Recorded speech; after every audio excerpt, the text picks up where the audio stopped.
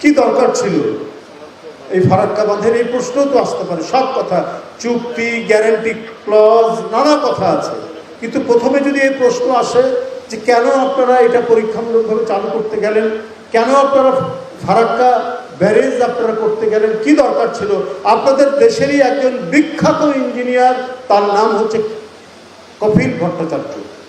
এই কপিল ভট্টাচার্য তিনি এটার যে একটা বিরূপ প্রভাব হবে শুধু বাংলাদেশে নয়, তৎকালীন পূর্ব পাকিস্তান নয়, এটা এই ফারাক্কা ব্যারেজের কথা, এই গঙ্গার উপর ব্যারেজের কথা অনেক আগে থেকে চলছিল।